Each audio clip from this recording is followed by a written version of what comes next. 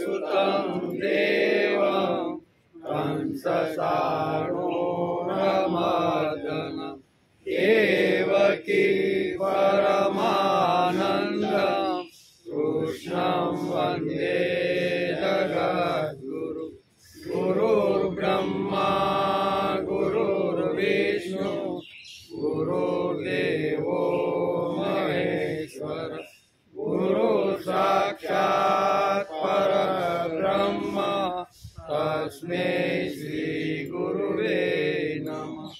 नारायणं नमस्कृत्यं नरं चैव नरोत्तमं देवीं सरस्वती व्यासं ततो जयमुदीरये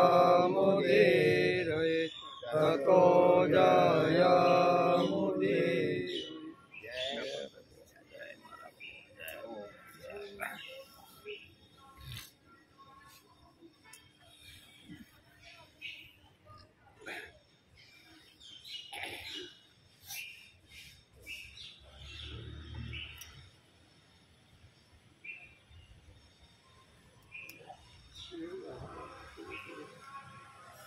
भवान् भीष्माच्च कृपा च समितञ्जय अश्वस्थामा विकर्णाच्च सोमदत्तिस्तथैव च अन्ये च बहवः शूरा मदर्थे त्यक्तजीविता नानाशस्त्रप्रहरणा सर्वे युद्धविशारदा अपर्याप्तं तदस्माकं बलं भीष्माभिरक्षितं पर्याप्तं त्विदमेतेषां बलं भीमाभिरक्षितं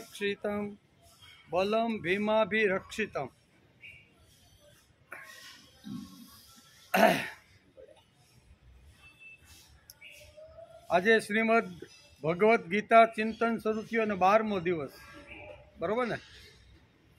શુક્રવારે આપણે 7 શ્લોક સુધી શ્રીમદ ભગવદ્ ગીતાના પ્રથમ અધ્યાયના 7 શ્લોક સુધી આપણે અભ્યાસ કર્યો. આજે આપણે 8મો 8, 9 અને 10 એની અંદર મામકા એટલે દુર્યોધનને આચાર્યની પાસે જઈ અને કૌરવ પક્ષના સેનાપતિઓનું વર્ણન કર્યું છે કે જેમ સામે પક્ષે પાંડવ પક્ષમાં જેમ યોદ્ધાઓ છે એના કરતાં પણ આપણી પાસે શક્તિશાળી યોદ્ધાઓ છે એમ કરી અને અહીંયા દ્રોણાચાર્યનો ઉત્સાહ વધારવા માટે અહીંયા મામકા એટલે દુર્યોધન આવીને આ 3 શ્લોકની અંદર કૌરવ પક્ષમાં કેટલા મહાન શક્તિશાળી બળવાન યોદ્ધાઓ છે એનું અહીંયા વર્ણન કર્યું છે. એનું વર્ણન આજે આપણે સાંભળવાનું.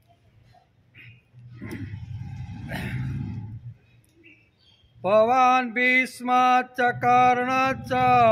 કૃપા ચ સમિતંજય અશ્વસ્થામા વિકર્ણાચ્ચ સોમદત્તિસ્તથૈવ ચ. ભવાન ભીષ્મચ્ચ એટલે દ્રોણાચાર્ય, પહેલું નામ દ્રોણાચાર્યનું લે. ભવાન ચ એટલે આપ સ્વયં એટલે કે તમે એમ. પછી ભીષ્મ એટલે પિતામહ ભીષ્મ, ચ એટલે તથા, કર્ણ ચ એટલે કર્ણ, સમિતિંજય એટલે સંગ્રામમાં વિજયી થવા માટે જે યોદ્ધાઓ આવ્યા છે એનું હું તમને વર્ણન કરું છું. એમાં કૃપ એટલે કૃપાચાર્ય, ચ એટલે અને, તથા એવો એટલે એવા જ, અશ્વસ્થામાં એટલે અશ્વસ્થામાં, વિકર્ણ ચ એટલે વિકર્ણ, અને સોમદત્તિ એટલે સોમદત્તનો પુત્ર ભૂરિશ્રવા. આ 7 યોદ્ધાનું વર્ણન અહીંયા વેદવ્યાસે અહીંયા લખ્યું છે. અને દુર્યોધન અત્યારે અહીંયા આચાર્ય દ્રોણ પાસે જઈને કહે છે કે એની પાસે બળવાન શક્તિશાળી યોદ્ધાઓ છે એવું નથી, આપણી પાસે પણ એના કરતાં અનેક ગણા શક્તિશાળી યોદ્ધાઓ આપણી પાસે છે. એમ કરી અને દ્રોણાચાર્યનો ઉત્સાહ વધારવા માટે, બરાબર, અહીંયા કૌરવ પક્ષના યોદ્ધાઓનું પ્રથમ શ્લોકની અંદર 7 યોદ્ધાઓનું વર્ણન કરે છે. એનો આજે આપણે વિચાર કરવાનો છે. શુક્રવારે આપણે 1 થી 7 શ્લોકને નમસ્કાર કર્યા આજે આપણે બીજા અધ્યાયના 8મા શ્લોક, બરોબર ને, ભવાન ભીષ્મ છે ત્યાંથી શરૂઆત થાય છે. આ શ્લોકમાં દુર્યોધન 7 મહારથીઓના નામ લે છે. કેટલા? 7 જે મહારથીઓ કૌરવ પક્ષમાં જે યુદ્ધ માટે જે ઊભા છે એના અત્યારે દુર્યોધન નામ લે છે. 8મા શ્લોકમાં દુર્યોધન 7 મહારથીઓના નામ લે છે. આ 7 કોણ છે? તો કે આપ સ્વયં દ્રોણાચાર્યને કહે છે કે 7માં પ્રથમ તમે, પછી પિતામહ ભીષ્મ, કર્ણ, કૃપાચાર્ય, અશ્વસ્થામા, વિકર્ણ અને સોમદૂતનો પુત્ર ભૂરિશ્રવા. આ 7 પ્રથમ મહાયોદ્ધાઓ જે છે ને એના નામ દુર્યોધન અત્યારે અહીંયા દ્રોણાચાર્ય પાસે લે છે.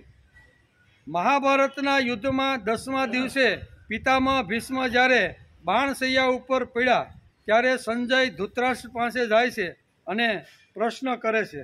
બરાબર ને? એ આપણે જોતા હતા. શું પ્રશ્ન કર્યો હતો? કે ધર્મ ક્ષેત્રે કુરુક્ષેત્રે સમવેતા યુયુત્સવ મામકા પાંડવા ચેવ કિમ કુર્વત સંજય. 10 દિવસ સુધી સંજય કુરુક્ષેત્રના મેદાનની અંદર જે યુદ્ધ થયું એ નિહાળ્યું. બરાબર? એ નિહાળી અને પછી હસ્તિનાપુર સંજય જાય છે અને હસ્તિનાપુરની ગાદી ઉપર બેઠેલા ધૃતરાષ્ટ્ર એને પૂછે છે કે ભાઈ 10 દિવસ કુરુક્ષેત્રના મેદાનમાં તું જઈને આવ્યો છો તો ત્યાં કેવી પરિસ્થિતિ 10 દિવસમાં સર્જાણી એનું વર્ણન તું મને કર. એટલે સંજય અત્યારે આ વર્ણન અત્યારે ધૃતરાષ્ટ્રને કરી રહ્યો છે કે હું 10 દિવસ માટે રોકાણો તો એ 10 દિવસમાં કેવી કેવી ઘટનાઓ ઘટી એનું વર્ણન અત્યારે ચાલે છે. નહીં કે હજી તો આ યુદ્ધ શરૂ થયું નથી ને પિતામહ ભીષ્મ બાણશૈયા ઉપર કેમ આવી ગયા, પણ આ વર્ણન ક્યાં હાલે છે? બાણશૈયા ઉપર પિતામહ ભીષ્મ જ્યારે આવ્યા એ વખતે સંજય હસ્તિનાપુર જઈને ધૃતરાષ્ટ્રે પૂછેલો જે કાંઈ પ્રશ્ન છે એના જવાબમાં 10 દિવસ સુધીના યુદ્ધનું વર્ણન કરે છે કે 10 દિવસ સુધી હું કુરુક્ષેત્રમાં રહ્યો, ત્યાં આવી રીતના યોદ્ધાઓ આવી રીતના લડ્યા, જે કાંઈ કર્યું ને એનું વર્ણન કરે છે. અને પિતામહ ભીષ્મને જે વખતે વચ્ચે શિખંડીને રાખીને અહીંયા અર્જુને જ્યારે વિંધી નાખ્યા અને બાણ ઉપર આવી ગયા ત્યાં સુધી અહીંયા સંજય અહીંયા કુરુક્ષેત્ર રોકાય છે અને પછી હસ્તિનાપુર આવે છે. એટલે આપણા મનમાં પછી ગડબડ ન થાય એમ. નામ લે છે આ 7 મહારથીઓ. મહાભારતના યુદ્ધમાં 10મા દિવસે પિતામહ ભીષ્મ જ્યારે બાણશૈયા ઉપર પડ્યા ત્યારે સંજય ધૃતરાષ્ટ્ર પાસે જાય છે અને પ્રશ્ન ધૃતરાષ્ટ્ર પૂછે છે. સંજય એનો જવાબ આપે છે. સંજય દિવ્ય દ્રષ્ટિજ્ઞ હતો. કેવો? એની પાસે ભવિષ્યમાં શું થવાનું છે એની પણ દ્રષ્ટિ હતી અને આ કાળમાં અત્યારે શું ચાલી રહ્યું છે એવી પણ દિવ્ય દ્રષ્ટિ એની પાસે. એટલે ભૂતકાળ, ભવિષ્યકાળ અને વર્તમાન ત્રણ કાળમાં કઈ સ્થિતિમાં કયો સમાજ કઈ વાત ચાલે છે એની પાસે દિવ્ય દ્રષ્ટિ હોવાથી આ બધું અત્યારે સંજય ધૃતરાષ્ટ્રને આ પ્રમાણે કહે છે. એટલે કે દિવ્ય દ્રષ્ટિ હતી, ભૂત ભવિષ્ય વર્તમાન બધું જાણી શકતો હતો. કારણ કે વેદવ્યાસે તેને દિવ્ય દ્રષ્ટિ આપી હતી. આપણે આગળ જોયું કે જે વખતે યુદ્ધ શરૂ થવાનું હતું ને એ વખતે ભગવાન વ્યાસ અહીંયા હસ્તિનાપુરમાં આવી અને ધૃતરાષ્ટ્રને કહે છે કે અત્યાર સુધી તો તમે કૌરવોને પાંડવોને જોઈ શક્યા નથી, તમે દ્રષ્ટિહીન છો. તમારે જો આ યુદ્ધ જોવાનું હોય ને તો હું તમને દિવ્ય દ્રષ્ટિ આપું. ધૃતરાષ્ટ્ર કે અત્યાર સુધી મેં હવે આ જોયું નહીં અને હવે મારે આ મરતા રહેલા કૌરવ પાંડવના પક્ષના યોદ્ધાઓને શા માટે જોવા? એટલે મારે આ દિવ્ય દ્રષ્ટિ જોતવી નથી, મારા કરતાં તમે સંજયને આપો. એમ કરીને દિવ્ય દ્રષ્ટિ સંજયને મળી ગઈ છે અને સંજય અત્યારે હસ્તિનાપુરમાં બેઠા બેઠા કુરુક્ષેત્રના મેદાનની અંદર કઈ ઘટનાઓ ઘટે છે એનું વર્ણન અત્યારે કરતા રહેલા છે. એનું વર્ણન અત્યારે કરે છે. સંજય અતથી ઇતિ સુધીની કથા ઘટનાઓ ધૃતરાષ્ટ્રને સમજાવે. 10 દિવસ સુધીનું કેવી રીતનું યુદ્ધ ચાલ્યું અને કયા કયા યોદ્ધાઓ કેવી રીતના આવેલા એ 10 દિવસની આખી જે ઘટના છે એ ઘટના ધૃતરાષ્ટ્ર રાજાને સમજાવે છે. સંજય અથથી ઇતિ સુધીની કથા ઘટનાઓ ધૃતરાષ્ટ્રને કહે છે. અથમ એટલે શરૂઆતમાં અને ઇતિ એટલે અંતમાં. દુર્યોધન આચાર્ય પાસે જઈને કંઈક કહે છે તે આપણે 3જા શ્લોકમાં જોયું. આજે આપણે પ્રથમ અધ્યાયના 8મા શ્લોકમાં આ વાત જોવાના છે કે કૌરવ પક્ષની અંદર 7 મહાન યોદ્ધાઓ કેવી રીતના છે, એની પાસે કેવી કેવી શક્તિઓ પડેલી છે, એનું વર્ણન વેદ વ્યાસે લખ્યું છે. અને વેદ વ્યાસે લખ્યું છે. અને અત્યારે રાજા દુર્યોધન અહીંયા આચાર્ય દ્રોણને આ પ્રમાણે 7 યોદ્ધાઓનું વર્ણન કરતા કહે છે. 7મા શ્લોકમાં કહે છે, નાયકા મમ સૈન્ય છે. આવું દુર્યોધન બોલ્યો હતો. હવે નાયક એટલે કે નાયકોનું વર્ણન કરે છે. આપણા પક્ષની અંદર કેટલા કેટલા મહાન નાયકો છે, બરોબર ને? નાયકો એટલે આપણે જોતા હતા શુક્રવારે કે દોરી જનાર. આપણા ગામડામાં ભોવાઈ આવે ને તો એ જે મેઇન માણસ હોય ને એને આપણે શું કહીએ? નાયક. નાયક ક્યાં? ભાઈ શિવલાલ નંદલાલ આવ્યા તો કે હા. નાયક કોણ છે? તો કે શિવલાલ નંદલાલ, હરી, હીરજી, આ બધા નામ લેતા ને આપણે, હીરિયો કેહલોની. એનો અર્થ શું થયો કે નાયક આવ્યા છે આપણા ગામમાં, ભોવાઈ આવ્યા છે. એમાં નાયક કોણ છે? નાયકનું મહત્વ હતું કે નાયક હોય કેવો, એના ઉપરથી નક્કી થાય છે કે આને રમત આપવી કે. એટલે નાયકની વાત આપણે શુક્રવારે કરીએ એમ. અને અહીંયા મહારથી જે 7 નાયકો જે છે, કોના? કૌરવ પક્ષના 7 મહાન નાયકો અત્યારે યુદ્ધ ભૂમિમાં જે ઊભા છે ને, એનું વર્ણન દુર્યોધન અત્યારે અહીંયા આચાર્યને કરી રહ્યા છે કે તમારે મૂંઝાવાની કોઈ જરૂર નથી. આચાર્યને પણ ઉત્સાહ આપતો હોય ને એવું દુર્યોધન આ શ્લોકની અંદર બોલે છે. ભવાન ભીષ્મ ચ, બરાબર ને? આ શ્લોક ઉપરથી આજે આપણે જોવાના છીએ 7 નાયકો કોણ કોણ છે. 7 નાયકોમાં 3 મહાશક્તિઓ છે. કેટલી? આ 7ની અંદર 3 જે પેલી છે ને એ મહાશક્તિ, મહાન નહીં, મહાન શક્તિ જુદી અને મહાશક્તિ જુદી. ત્રણે 3 કેવી શક્તિઓ છે? મહાશક્તિઓ છે. એ મહાશક્તિઓમાં પ્રથમ દુર્યોધન અહીંયા દ્રોણાચાર્યનું નામ પ્રથમ લેશે, બીજું નામ લેશે ભીષ્મનું, અને ત્રીજું નામ લેશે કર્ણનું. આ 3 મહાશક્તિઓ અત્યારે યુદ્ધના મેદાનમાં આપણા પક્ષમાં આવીને ઊભી છે. તેથી તમે અગાઉ મેં જે પાંડવ પક્ષના યોદ્ધાઓનું વર્ણન કર્યું એનાથી તમારે ગભરાવાની કોઈ જરૂર નથી. આપણા પક્ષમાં પણ કેટલી ને કેટલી શક્તિશાળી, બળવાન આવી રીતની જે શક્તિઓ છે ને, એ શક્તિઓ અત્યારે આપણા પક્ષમાં આવીને આપણી સાથે યુદ્ધ કરીને પાંડવ પક્ષને ખલાસ કરવા માટે ઊભી છે. આમ દુર્યોધન મામકા એટલે મામકા અત્યારે આચાર્ય પાસે જઈને કહે છે. અને પહેલી વહેલી શક્તિ એટલે તમે અહીંયા ભીષ્મનું નામ લીધું નહીં. હકીકતે યુદ્ધની અંદર વડીલમાં વડીલ હોય અને સરસેનાપતિ, આખી 11 અક્ષણી સેનાનો સરપતિ હોય ને, એનું પ્રથમ નામ લેવું જોઈએ. પણ દુર્યોધને અહીંયા દ્રોણાચાર્યનું નામ પ્રથમ લીધું છે. એની પાછળ પણ અહીંયા વેદ વ્યાસને આપને કંઈક કહેવાનું છે કે શા માટે ભાઈ લીધું. નકર પહેલાં એને ભીષ્મનું નામ, બીજું દ્રોણાચાર્યનું નામ, અને ત્રીજું 3 શક્તિઓમાં કર્ણનું નામ લેવું જોઈએ. એને બદલે અહીંયા દ્રોણાચાર્યનું અહીંયા પ્રથમ નામ લેશે. ભવાન એટલે દ્રોણાચાર્ય.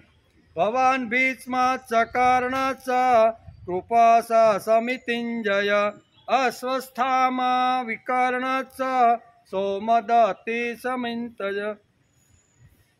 આ 7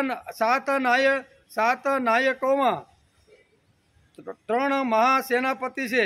દુર્યોધન કહે છે કે મહાશક્તિ છે પણ મહાન શક્તિ નથી. એમ શક્તિ છે, એની પાસે જબરજસ્ત શક્તિ છે. ધારે ત્યારે એ મૃત્યુને બોલાવી શકે એવા પિતામહ ભીષ્મ આપણા પક્ષની અંદર આવીને ઊભા છે.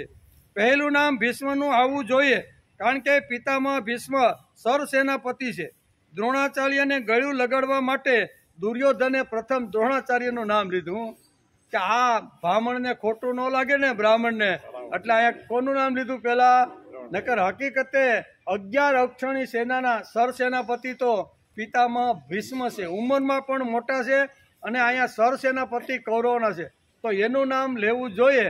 પણ વ્યાસ કહે છે દુર્યોધનના મુખમાં પહેલું જ નામ દ્રોણાચાર્યનું મૂક્યું. એને ખબર હતી કે દ્રોણાચાર્ય આમ હલી સલી શકે એવા છે, કારણ કે પાંડવો પ્રત્યે એના આત્યંતિક આંતરડાનો અર્જુન ઉપર પ્રેમ છે. એટલે યુદ્ધના મેદાનમાં આવ્યા પછી કદાચ આ બ્રાહ્મણ જો હલી જાય ને, બરાબર, તો આપણું બધું જે આયોજન છે એ બધું ખરાબ, શું કહેવાય, પરાજિતમાં પામે. એટલે એનો ઉત્સાહ વધારવા, એને ગળ્યું લગાડવા, મીઠું લગાડવા માટે અહીંયા દ્રોણાચાર્યનું નામ અહીંયા પ્રથમ દુર્યોધન લેશે. બહુ સમજવા જેવો આ શ્લોક છે. પહેલું નામ ભીષ્મનું આવવું જોઈએ, કારણ કે પિતામહ ભીષ્મ સરસેનાપતિ છે. દ્રોણાચાર્યને ગળ્યું લાગે મીઠું લગાડવા માટે દુર્યોધન પ્રથમ દ્રોણાચાર્યનું નામ લેશે. મહાશક્તિઓ 3 છે. કેવી? પ્રથમ શ્લોકની અંદર 3 મહાશક્તિઓનું વર્ણન અહીંયા વેદ વ્યાસે કરેલું છે. મહાશક્તિઓ 3 છે, તેમાં એક છે ભીષ્મ, બીજા છે દ્રોણ, ત્રીજા છે કર્ણ. 3 મહાશક્તિ છે. દુર્યોધન દ્રોણાચાર્યનું નામ પ્રથમ લે છે, બીજું નામ ભીષ્મનું અને ત્રીજું નામ કર્ણનું. શા માટે બોલે છે? શા માટે બોલે છે? 3 શક્તિઓ વધારેમાં વધારે એટલે કે શંકાશીલ વ્યક્તિ હોય દુર્યોધન માટે, તો 3 માંથી શંકાશીલ વ્યક્તિ જો કોઈ હોય ને તો દ્રોણાચાર્ય છે. કારણ કે પિતામહ ભીષ્મ તો પ્રતિજ્ઞા લઈને બેઠા છે કે હસ્તિનાપુરની ગાદી ઉપર જે બેસે ને એને સંભાળવાની જવાબદારી મારી. એટલે એના ઉપર એને લેસ માત્ર પણ આવી રીતનો વહેમ નથી કે આ બુઢિયો કદાચ પાંડવોને પક્ષમાં વયો જાય. કર્ણ તો 100% છે. કેટલો? 100% દુર્યોધનનો છે. એટલે એના ઉપર પણ એને બિલકુલ શંકા નથી. ભીષ્મ છે 50-50. કેવું? બેયમાં ભીષ્મ છે પાંડવો પણ પ્રેમ કરે છે અને કૌરવ ઉપર પ્રેમ કરે છે. પણ અહીંયા જે હલચલ જે હાલે છે ને દુર્યોધનના મગજમાં, એ દ્રોણાચાર્યને કે આ કદાચ બ્રાહ્મણ છે ભાઈ, શક્તિશાળી શક્તિ છે અને પાંડવો ઉપર આંતરડાનો પ્રેમ કરે છે. જ્યારથી ભણાવવાની પાંડવો કૌરવોને શરૂઆત કરીને ત્યાંથી પાંડવ પક્ષના બાળકોને સારામાં સારી રીતે, એટલે એના પ્રત્યે તો થોડુંક આવું છે જ.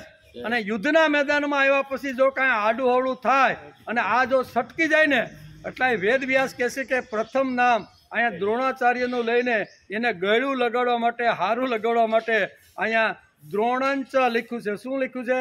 દ્રોણને પ્રથમ યાદ કર્યા છે. એમ કે પ્રથમ યાદ કર્યા છે. શા માટે બોલે છે? 3 શક્તિઓમાં વધારેમાં વધારે શંકાશીલ વ્યક્તિ દુર્યોધન માટે દ્રોણાચાર્ય છે. શંકાશીલ વ્યક્તિ કેવી? કોણ? ઓલા બે ઉપર બિલકુલ શંકા નથી. કર્ણ તો નક્કી જ કરીને મરું તોય તારા પક્ષમાં, જીવું તોય એવું. એટલે 100% કર્ણ ઉપર દુર્યોધનને વિશ્વાસ છે. અને ભીષ્મને 50-50 છે. કેટલું? 50-50. અને દ્રોણાચાર્ય કદાચ ભાઈ આ હલી જાય તો શું કરવાનું? એટલે એનો ઉત્સાહ વધારવા, એને માટે પ્રેમ વધારવા માટે આ શબ્દ બોલે છે. પાંડવોને દ્રોણાચાર્ય ભણતા ત્યારથી જ વિશેષ પ્રેમ કરે છે એ દુર્યોધન સારી રીતે જાણતો હતો. હું આપણા પક્ષમાં આવીને ભલે લડે છે અત્યારે, પણ ભણતા હતા ત્યાંથી પાંડવ પક્ષને અહીંયા દ્રોણાચાર્ય વધારેમાં વધારે પ્રેમ કરતા હતા. એ દુર્યોધનને ખબર હતી. કારણ કે ઘણા બધા પ્રસંગોની અંદર અહીંયા ભણતી વખતે પણ દુર્યોધને આ બધી વાતો અનુભવી છે.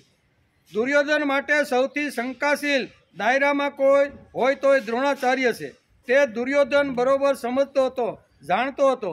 તેથી એનું પ્રથમ નામ અહીંયા લે કે આપણી શંકા દૂર થઈ કે અહીંયા પિતામહ ભીષ્મ આવી રીતના હતા તો એનું નામ કેમ ન લીધું ભાઈ? એના ઉપર એને 50-50 આવી રીતની હતી. એના ઉપર કાંઈ બહુ લાંબી શંકા હતી નહીં. શંકાશીલ વ્યક્તિ હતી દ્રોણાચાર્ય. 3 મહાશક્તિઓ દ્રોણ, ભીષ્મ અને કર્ણ, આ 3 મહાશક્તિઓ યુદ્ધના મેદાનમાં જે ઊભી છે એનું વર્ણન કરતા અત્યારે દુર્યોધન આ પ્રમાણે કહે છે. આ 3 મહાશક્તિઓમાં વધારામાં વધારે વિશ્વાસ કર્ણ ઉપર હતો. કેવો? 100% જો દુર્યોધનને વિશ્વાસ હોય તો કોના ઉપર? કર્ણ ઉપર હતો. અને ભીષ્મ પિતામહનું નામ બીજું બોલે છે. બંને પર પ્રેમ 50-50 આ પિતામહ ભીષ્મનો હતો. તેથી દુર્યોધન પ્રથમ ભવાન ભીષ્મ ચ બોલે છે. ભવાંશ એટલે દ્રોણાચાર્ય, એનું બીજું નામ છે દ્રોણાચાર્ય. તેથી દુર્યોધન પ્રથમ ભવાંશ એટલે આપ સંયમ બોલે છે. દ્રોણાચાર્ય ઉપર વધારે શંકા છે દુર્યોધનને. હું કે આ બ્રાહ્મણ જો આડો હવળો થયો ને તો આપણી બાજી, જીતની બાજી આપણી હારમાં પલટી જશે. તેથી એનો ઉત્સાહ વધારવા, એનો ભાવ વધારવા, એના પ્રત્યે આદર વધારવા માટે અહીંયા ભીષ્મનું નામ ન લેતા દ્રોણાચાર્યનું નામ અહીં પ્રથમ લખે છે. દ્રોણાચાર્યને પાંડવો પક્ષમાંથી ડિલીટ કરવાના છે અને કૌરવ પક્ષમાં લડવા માટે ઉત્સાહિત કરવાના. તેથી આ 3 મહાશક્તિઓમાં પ્રથમ અહીંયા કોનું નામ છે? ભવાંશ. ભવાંશ એટલે દ્રોણાચાર્યનું નામ જે છે પાંડવા ઉપરનો જે પ્રેમ આ બ્રાહ્મણને છે ને એ ઓછો કરીને કોઈ પણ હિસાબે અહીંયા કૌરવ પક્ષમાં એનો પ્રેમ વધે ને એટલા એવા પ્રયત્ન દુર્યોધન અત્યારે અહીંયા કરી રહ્યો છે કે આ બ્રાહ્મણ વધારેમાં વધારે જો પ્રેમ કરતો હોય ને તો પાંડવો ઉપર કરે છે. અને આ યુદ્ધનું મેદાન છે ને યુદ્ધના મેદાનમાં જો સામે પક્ષે જો આવી રીતના લડવાવાળા જો પાંડવો હોય તો એના પ્રત્યે આવી રીતનો એના ઉપરનો પ્રેમ ઓછો કરી અને કૌરવ પક્ષની અંદર લાવવાનો પ્રયત્ન કરવો. દુર્યોધન મહાન ખેલાડી છે, મહાભારતનો મહાનમાં મહાન ખેલાડી હોય ને તો અભ્યાસુ છે. બધાના માનસ વાપરીને કોને ક્યાં કેવી રીતના રાખવાને એ બધું ભલે સરસેનાપતિ અહીંયા પિતામહ ભીષ્મ હતા પણ 11 અક્ષરની સૈન્યનું ધ્યાન દુર્યોધન રાખતો હતો. ભલે અહીંયા સરસેનાપતિ અહીંયા શું કહેવાય પિતામહ ભીષ્મ હતા પણ હેડ તો કોણ હતું? દુર્યોધન કે એટલું જ બધા અહીંયા 11 અક્ષરની સૈન્ય એ પ્રમાણે કરતા હતા. તેથી કહે છે દ્રોણાચાર્યને પાંડવ પક્ષમાંથી કાઢી નાખવાના. એના મનમાં શું ભરાવાનું છે? દ્રોણાચાર્યની અંદર પાંડવો પ્રત્યેનો જે પ્રેમ છે, પાંડવ પ્રત્યેનો જે ભાવ છે એ કાઢી અને કૌરવ પ્રત્યેનો પ્રેમ એના મન અને બુદ્ધિમાં નિર્માણ થાય એટલા માટે આ દુર્યોધન પ્રયત્ન કરી અને દ્રોણાચાર્યનું નામ પ્રથમ લે છે કે એને પણ આ થોડુંક નામ લો તો એને લાગવું જોઈએ ને કે આટલા મોટા યુદ્ધની અંદર મને પ્રથમ યાદ કર્યો. એમ કે દ્રોણાચાર્યને પાંડવ પક્ષમાંથી ડિલીટ કરવાના છે અને કૌરવ પક્ષમાં લડવા માટે ઉત્સાહિત કરવાના છે. તેથી આ 3 મહાશક્તિઓમાં પ્રથમ નામ ભવાન ભીષ્મ છે. પહેલું નામ અહીંયા ભવાન એટલે દ્રોણાચાર્યનું અને બીજું નામ ભીષ્મનું અને ત્રીજું નામ કર્ણનું. 3 મહાશક્તિઓ અત્યારે યુદ્ધના મેદાનમાં કૌરવ પક્ષમાં લડવા માટે આવી છે.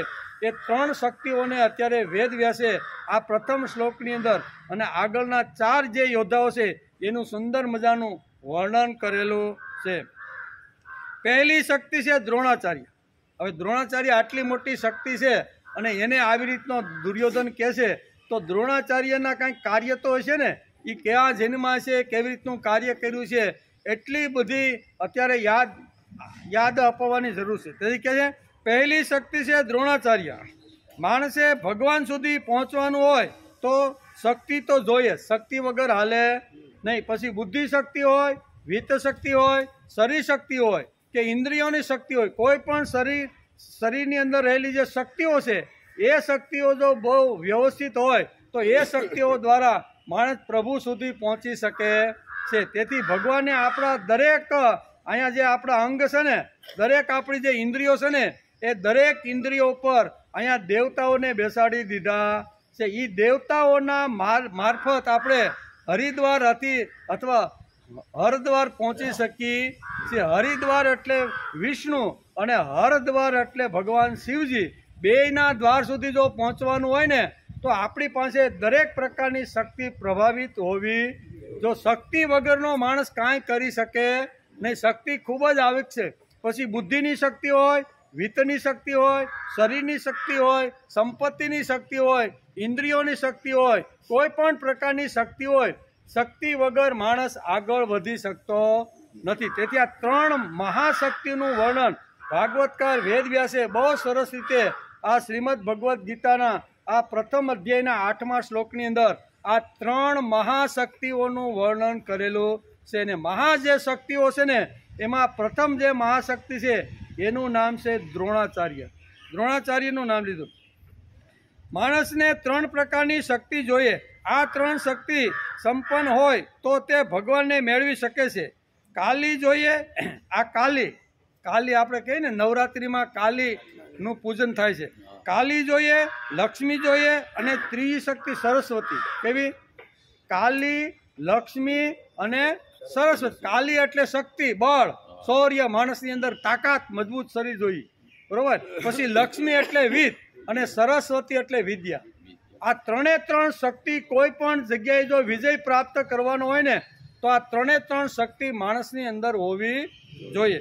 તેથી કાલી જોઈએ, એક બીજી લક્ષ્મી છે તે લક્ષ્મી જોઈએ અને ત્રીજી શક્તિ છે એ સરસ્વતી જોઈએ. નવરાત્રિના 3 દિવસ આ શક્તિ ઉપાસના માટે આપણા વૈદિકોએ નવરાત્રિમાં રાખી મૂક્યા છે. અને 10મે દિવસે આપણે બધાને ખબર છે કે રાવણને આવી રીતનું યમપુરી પહોંચાડી દીધો. 10 દિવસ સુધી શક્તિ ઉપાસનાના દિવસો આપ્યા છે. એમાં મને કાલી એટલે શરીર શક્તિ જોઈએ, વિત્ત શક્તિ એટલે લક્ષ્મી શક્તિ જોઈએ, અને પછી જ્ઞાન એટલે સરસ્વતી. આ 3 શક્તિ મારે જો એ શક્તિ હોય તો કોઈ પણ સામે માણસ વિજય પ્રાપ્ત કરી શકે છે. તેથી એનું વર્ણન કર્યું છે. માણસ પાસે જો આ 3 શક્તિઓ હોય તો સિંહ, હાથી અને મોર. આપણે કોઈ મંદિરમાં જઈએ ને, જે શાસ્ત્રની પદ્ધતિથી બંધાયેલું જે મંદિર હોય એ મંદિરમાં આપણે જો જઈએ તો એના પગથિયા ચડતા ચડતા આ 3 દ્રશ્ય આપણે જોવા મળે. પગથિયા ઉપર આપણે ચડીએ ને તો એક બાજુ મોર હોય, બીજી બાજુ સિંહ હોય, ત્રીજી બાજુ આવી રીતના હાથી. હા, 3 શક્તિઓ આપણે જોઈએ. શું બતાવે છે? આ 3 શક્તિ ઉપર દુર્યોધન નાચતો હતો. કેવો છે? આ 3 શક્તિ ઉપર દુર્યોધન નાચતો હતો કે મારો કુરુક્ષેત્રમાં વિજય થશે. એનું કારણ મારી પાસે આવી રીતની મહા 3 શક્તિઓ પડેલી છે. એ શક્તિના જોરે કૂદાકૂદ કરતો હતો. તેથી અહીં બોલી જાય છે કે આ 3 મહાશક્તિથી હું આ કુરુક્ષેત્રના મેદાનમાં યુદ્ધ જીતવાનો છું. માણસ પાસે જો આ 3 શક્તિ હોય તો પ્રથમ મંદિરે જતા શરૂઆતમાં સિંહના દર્શન થાય. 2 બાજુ સિંહ હોય અને વચ્ચે આપણે ભગવાન સુધી પહોંચવાનો રસ્તો હોય છે. પછી વચ્ચે હોય છે હાથી, અને શેઠ આપણે છેડા ઉપર ભગવાન પાસે પહોંચીને તે મંદિરના બંને છેડા ઉપર અહીંયા મોર કળાઈ કરીને બેઠો હોય છે. આ 3 શક્તિ આપણને બતાવે છે. આ 3 શક્તિ ઉપર દુર્યોધન નાચતો હતો, કૂદતો હતો. તે શક્તિઓને આપણે ઓળખવી જોઈએ. આ શક્તિ ઉપર જે દુર્યોધન નાચતો હતો એ 3 શક્તિ કેવી રીતની છે એને પણ આપણે ઓળખી લેવી જોઈએ. એમ કે મહાશક્તિ જગતમાં કામ નથી લાગતી. ખાલી મહાશક્તિ હોય ને, મહાન શક્તિ કામ લાગે, પણ ખાલી મહાશક્તિ હોય તો ઘણીવાર દુર્યોધન બની જવાય, રાવણ બની જવાય, શિશુપાળ બની. ખાલી મહાશક્તિ હોય ને તો જરાસંઘ જેવા માણસ બની જાય. પણ મહાન શક્તિ હોય તો એ અર્જુન બનાય, અર્જુન બની જવાય. બરોબર ને? આવી રીતના અભિમન્યુ બનાય, અર્જુન બનાય. આવી જે મહાન જે શક્તિઓ છે ને એ ભગવત કાર્યની અંદર અંતિમ શ્વાસ સુધી અહીંયા કામ કરવાનો, ભગવાનનું કામ કરવાનો એને મહાન શક્તિ કહેવામાં આવે છે. મહાશક્તિ એટલે પોતાના ભોગ માટે, પોતાના સ્વાર્થ માટે, પોતાનું રાજ્ય ટકી રહે અને સામાન્ય પક્ષ ખલાસ થાય અને મારું જ રાજ્ય, મારું શાસન બધી જગ્યાએ ચાલતું જ, આવી જે વિચાર કરે છે એને મહાશક્તિ કહેવામાં આવે છે. એટલે પ્રભુ કાર્યમાં, ભગવત કાર્યમાં મહાશક્તિ કામ લાગતી નથી. એમાં તો મહાન શક્તિ હોય ને એ જ કામ લાગે છે. મહાશક્તિ જગતમાં કામ નથી લાગતી. મહાન શક્તિથી જ ભગવાન અથવા જીત મેળવી શકાય. મહાન શક્તિ જો આપણી પાસે હોય ને તો એનાથી જીત મેળવી શકાય. મહાશક્તિ કાંઈ કામ લાગતી નથી. દ્રોણાચાર્યના જન્મની વાત કરીએ તો ધૃતાસી અને ભરદ્વાજનું સંતાન એટલે દ્રોણાચાર્ય. ધૃતાસી નામની અપ્સરા સ્વર્ગમાંથી આવી અને એના તરફ અહીંયા ભરદ્વાજનું ધ્યાન ગયું અને બંને સંપર્કમાં આવ્યા અને એના દ્વારા જે સંતાન થયું ને એનું નામ છે દ્રોણાચાર્ય. એનું નામ છે દ્રોણ. અયોનિજ હતા.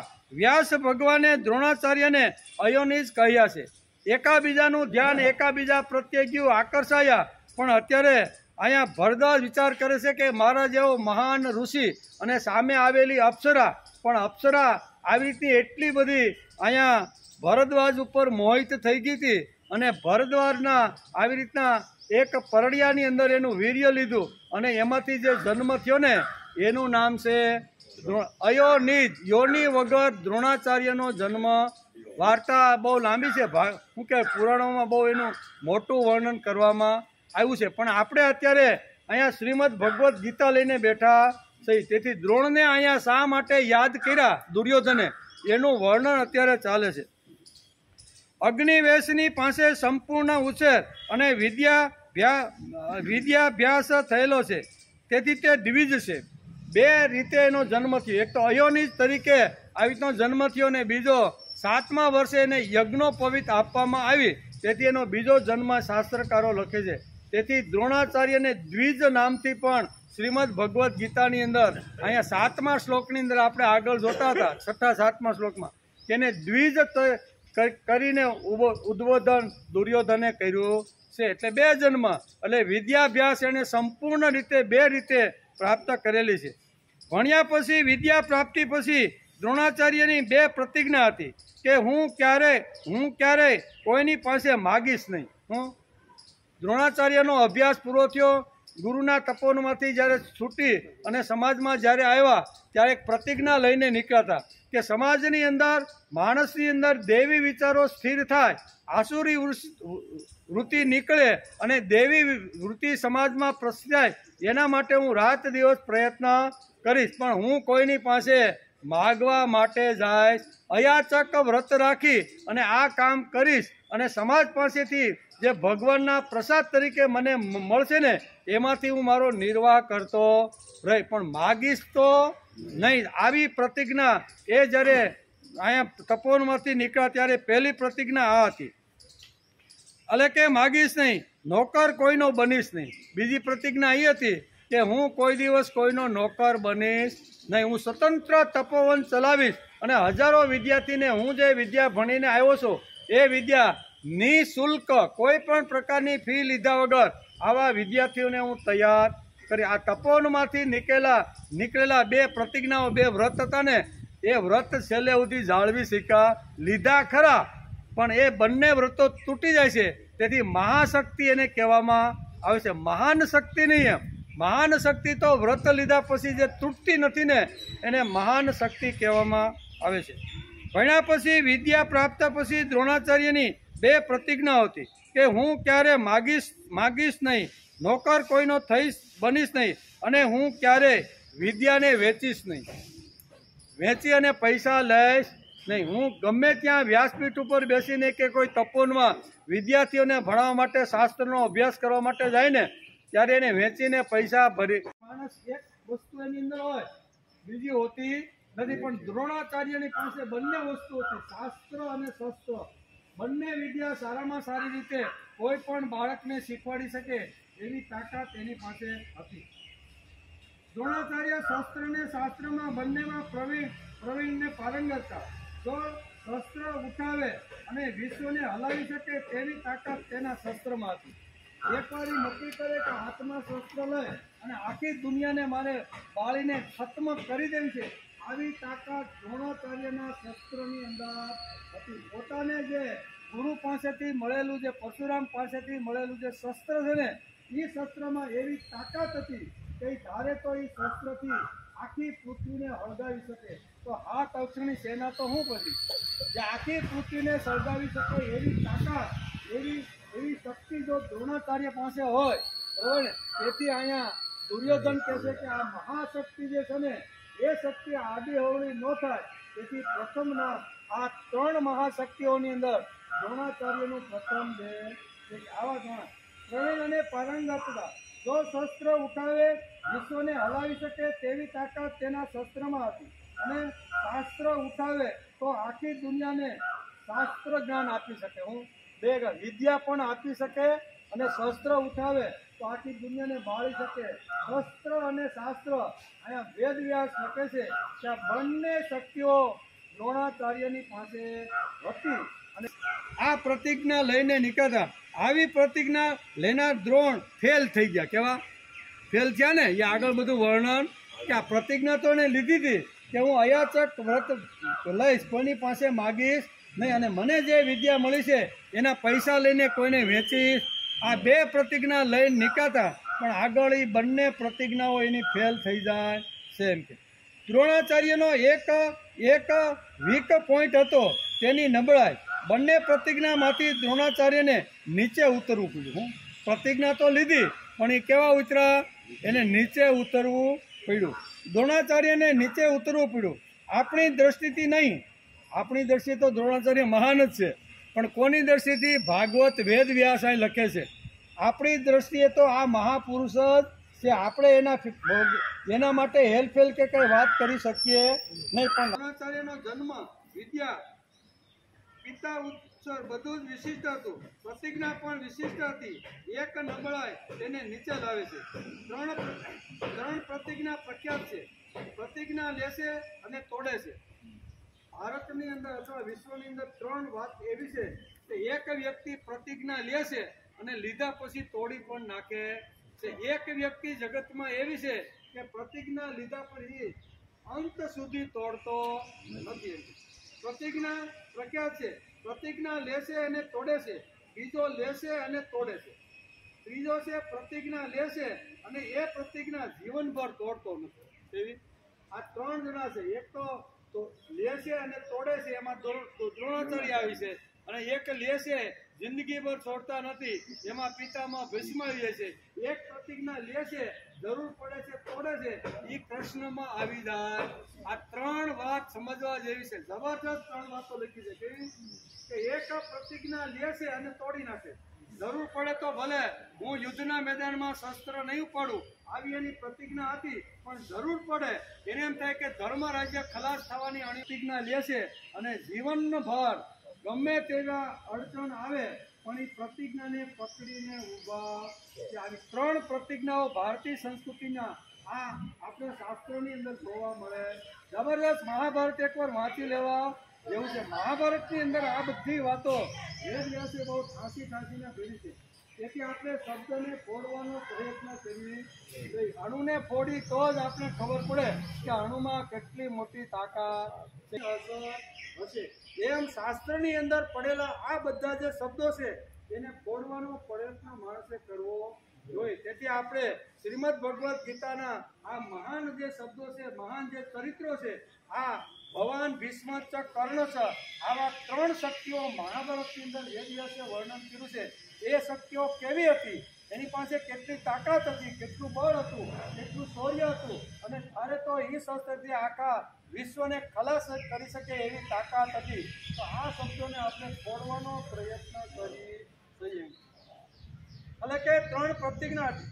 એક છે ભીષ્મ, બીજા નીચે આવવા માટે પ્રતિજ્ઞા તોડે છે, તેનું નામ છે દ્રોણ. અને પ્રતિજ્ઞા લેશે અને તોડતા નથી, એનું નામ છે પિતામહ ભીષ્મ. મહાન ત્રણ જે શક્તિઓ છે એનું વર્ણન પણ ભગવાન સાથે ત્રણ શક્તિઓનું પણ. પ્રતિજ્ઞા લેશે, તોડે છે, પ્રતિજ્ઞા લેશે, પ્રતિજ્ઞા જીવનભર જાળવી રાખે છે, અને જરૂર પડે તો તોડી પણ શકે. આ ત્રણ શક્તિઓનું ત્રણ રીતે વર્ણન કરવામાં આવ્યું છે. એક છે ભીષ્મ, બીજા નીચે આવવા માટે પ્રતિજ્ઞા તોડે છે, તે લઈ જવાના હોય, અને મારી પ્રતિજ્ઞા જો વચ્ચે આવતી હોય ને, નડતી હોય ને, તો એ મારે પ્રતિજ્ઞા તોડવી. જો એમ કરી અને ભગવાન પ્રતિજ્ઞા તોડી અને હાથમાં જે રથનું પહેર્યું હતું ને એ લઈને દ્રોણને મારવા, ભીષ્મને મારવા માટે તૈયાર થઈ ગયા. આ ત્રણ મહાન શક્તિઓનું વર્ણન વ્યાસે કર્યું છે. એટલે કે એક છે ભીષ્મ, બીજા છે દ્રોણ અને ત્રીજા છે કૃષ્ણ. દ્રોણની શું નબળાઈ હતી ભાઈ? દ્રોણે આવી પ્રતિજ્ઞા લીધી હતી કે અયાચક વ્રત રાખીશ, માગીશ નહીં, અને હું ક્યારે વિદ્યા મેં ભણ્યો છે એ વેચીને પૈસા કમાવી. આ બે પ્રતિજ્ઞામાં શા માટે એને નીચું આવવું પડ્યું એમ વ્યાસ લખે છે. પહેલી પ્રતિજ્ઞાની અંદર તૂટે છે એનું કારણ છે પુત્ર મોહ. તેઓ અસ્વસ્થતામાં નાનો એવો બાળક છે, પુત્ર મોહને હિસાબે પોતાની પ્રતિજ્ઞા તોડી અને દ્રુપદ રાજા પાસે માગવા માટે જાય. તેણે કીધું તું માગીશ પણ મરીશ. પહેલી પ્રતિજ્ઞા શા માટે? પુત્ર મોહ. બરોબર. અને આવી રીતના તપોવનમાંથી આવીને ભણાવતા હતા, ટૂંપી આવી રીતની અસ્વસ્થતામાં સાનો રાખવા માટે પ્રયત્ન કરતી હતી, પણ કોઈ રીતે નાનો 2-3 વર્ષનો બાળક અસ્વસ્થતામાં સાનો રહેતો. એણે દૂધનું પ્રથમ અધ્યાયના 8મા શ્લોકમાં દુર્યોધન અત્યારે આચાર્યને આ પ્રમાણે કહે છે કે પાંડવ સેના પાસે મોટું યુદ્ધનું મેં તમારી મોટા શું કહેવાય મહાવીરોનું જે વર્ણન કર્યું એના કરતાં પણ વધી જાય એવા મહાવીરો અને એવા લડવાઈઓ આપણા પક્ષમાં છે. એમ કરીને 8મા શ્લોકની અંદર આ 7 મહારથીઓના નામ દુર્યોધન અત્યારે પિતામહ ભીષ્મ પણ છે, અહીંયા દ્રોણાચાર્ય પણ છે, અને બાજુમાં ઘણા બધા આવા યોદ્ધાઓ ઊભા છે. એના બધાના નામ લઈ અને દુર્યોધન 7 યોદ્ધાઓનું વર્ણન કરે છે. એમાં ભવાન ભીષ્મ ચ કર્ણ ચ કૃપા સમિતિંજય અસ્વસ્થામાં વિકર્ણા ચ સોમદત્તસ્તથેવ ચ. આ 7 મહારથીઓનું વર્ણન કરતા વ્યાસ લખે છે અને દુર્યોધન અત્યારે અહીંયા દ્રોણાચાર્યને આ પ્રમાણે કહે છે, 7 મહારથીઓમાં પ્રથમ તમે છો. પણ દ્રોણાચાર્યનું વર્ણન કરતા વેદવ્યાસ લખે છે કે આટલી મોટી તાકાત, આટલી મોટી શક્તિ, શસ્ત્ર અને શાસ્ત્ર બંનેમાં જે પારંગત થયેલા છે એવા મહાપુરુષ આ જીવનની બાજીમાં હારી કેમ ગયા, બંને પ્રતિજ્ઞાઓ તોડી કેમ, એનું વર્ણન વેદવ્યાસે બહુ સરસ રીતે સમજાવવાનો પ્રયત્ન કર્યો.